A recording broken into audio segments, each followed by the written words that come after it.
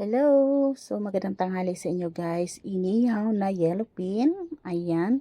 And then, adobong sitaw. So, tara guys, samahan niyo ako at magluto tayo ng adobong sitaw. Ito na yung aking sitaw guys. So, nahiwa ko na siya.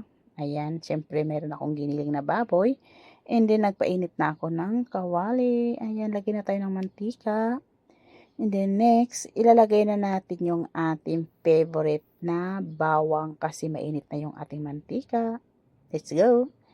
And then, syempre, gisa-gisahin mo natin saglit na para mag-brown ang bawang. Pag nag-brown ang bawang, pwede natin ilagay syempre sibuyas. Ayan na. And then, pag gisa-gisa mo natin saglit, ilalagay na natin ang giniling. Ayan, syempre, gisa-gisahin mo na natin na hindi buo-buo ang giniling niya guys. Kasi pag nagbuo-buo, so pangit. Ayan, so mas maganda yung durog yung giniling sa adobong sitaw. Syempre guys, ito na siya, nagisa-gisa ko na. Ayan. Syempre guys, titingnan ko muna yung aking inihaw na yellow pin. Baka masunog naman siya guys, no? Pero mahina lang naman yung aking uling. Ayan.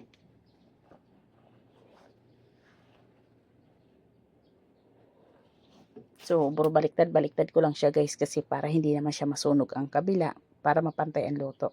So, ito na guys, nandito naman ako sa adobo, naglagay ako ng konting oyster sauce. Ayan. Siyempre, ang isusunod natin dito na ilalagay ang ating, maglalagay lang ako dito guys ng konting bitchin. Ayan, saka paminta muna. Ayan. Ayan ang aking konting bitchin guys. Ayan.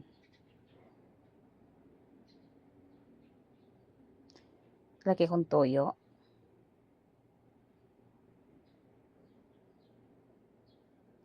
Maglalagay ako dito guys ng yung garlic powder. Tapos maglalagay din ako dito ng onion powder. Ayan.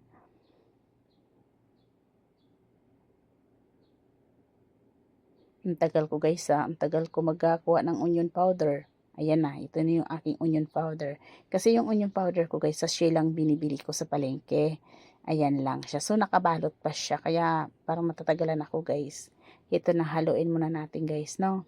Ayan. Mix muna natin. So, ayan. And then, syempre, maglalagay na ako dito ng suka guys. Para maluto yung suka. So, syempre, tatakpan ko muna siya guys. Kahit mga 5 minutes.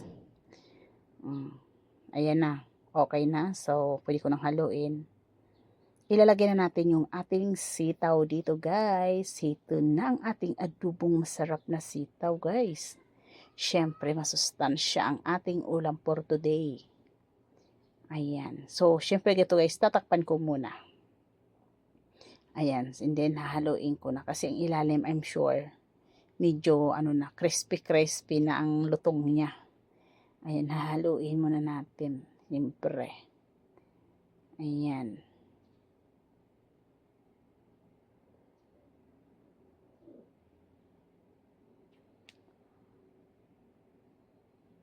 Para mapantay ang kanyang pagkaluto nito guys, kailangan talaga natin haluin ang ilalim kasi yung init.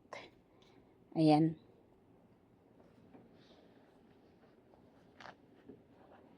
So, ayan. Tinakpan ko na uli ng 2 minutes. Hinalo ko uli siya guys. Ayan.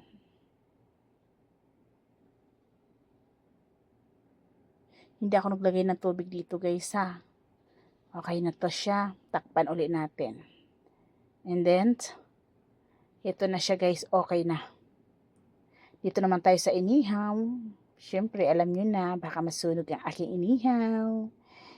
Ayan. So, baliktarin ko na naman siya guys. Ayan. O, diba, sakto lang yung pagkaluto niya sa ibabaw. Hindi siya sunog at hindi rin hilaw. O, diba guys, siyempre, ito na yung aking inihaw. So, yung inihaw ko, I'm sorry. So, dalawa pa lang ang luto. Pero yung dalawa, isasalang ko pa. Ito na guys.